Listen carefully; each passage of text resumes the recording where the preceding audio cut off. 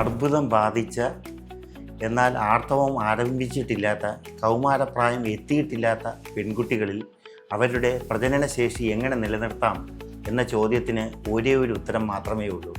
അത് ovarian tissue cryopreservation അഥവാ അണ്ഡാശയ കോശ ശീതീകരണം എന്നുള്ളതാണ്.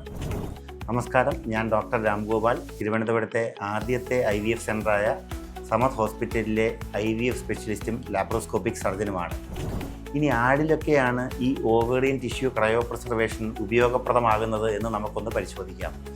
ആദ്യമായി ഈ ആർത്തവം ആരംഭിച്ചിട്ടില്ലാത്ത അർബുദബാധിതരായ പെൺകുട്ടികളിലാണ് ഇത് ഉപയോഗപ്രദമാകുന്നത്. അടുത്തതായി ബോൺ മാരോ ട്രാൻസ്പ്ലാന്റേഷൻ വേണ്ടിവരുന്ന ചികിത്സാ രീതികൾ വേണ്ടിവരുന്ന പെൺകുട്ടികളിലും ഇത് ഉപയോഗിക്കാവുന്നതാണ്. അത് തലസീമിയയ്ക്ക് വേണ്ടിയുള്ള ട്രീറ്റ്മെൻ്റ് ആകാം, അപ്ലാസ്റ്റിക് അനീമിയയോ സിക്കിൾ സെൽ അനീമിയയോ എന്നുള്ള രോഗങ്ങൾക്ക് വേണ്ടിയുള്ള ട്രീറ്റ്മെൻറ്റുകളും ആകാം. മൂന്നാമതായി ജനിതക വൈകല്യങ്ങൾ കാരണം അണ്ഡാശയത്തിലുള്ള അണ്ഡങ്ങളുടെ എണ്ണത്തിലോ ഗുണനിലവാരത്തിലോ ഗണ്യമായ കുറവുള്ളവർക്കും ഈ ചികിത്സാ രീതി ഉപയോഗിക്കാവുന്നതാണ്. ഇനി എങ്ങനെയാണ് ഓവേറിയൻ ടിഷ്യൂ ക്രയോപ്രിസർവേഷൻ നടത്തുന്നത് എന്ന് നമുക്കൊന്ന് നോക്കാം. ആദ്യമായി ഈ ചികിത്സയ്ക്ക് മുന്നേ തന്നെ ഇതിൻ്റെ ഗുണഗണങ്ങളെക്കുറിച്ചും ഇതിൻ്റെ ചികിത്സാ ചിലവുകളെക്കുറിച്ചും രോഗബാധിതരെയും മൈനറായ കുട്ടിയാണെങ്കിൽ അവരുടെ മാതാപിതാക്കളെയും നമ്മൾ അറിയിക്കേണ്ടതാണ്.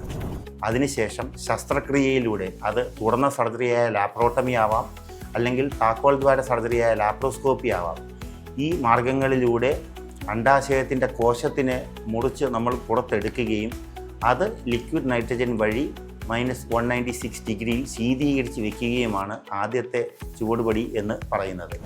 അടുത്തതായി ആ രോഗി തൻ്റെ രോഗം ചികിത്സയിലൂടെ മാറ്റുകയും രോഗത്തിൽ നിന്ന് പൂർണ്ണമായ മുക്തി നേടിയതിന് ശേഷം ഈ ശീതീകരിച്ച് വെച്ചിരിക്കുന്ന കോശത്തിൽ നിന്ന് വളർത്തിയെടുക്കുന്ന അണ്ഡങ്ങളിൽ നിന്ന് ഭ്രൂണം വളർത്തിയെടുക്കുകയും ആ ഭ്രൂണം തൻ്റെ ഗർഭാശയത്തിനുള്ളിൽ നിക്ഷേപിച്ച് ഗർഭധാരണം സാധ്യമാകുന്നതും ആണ്.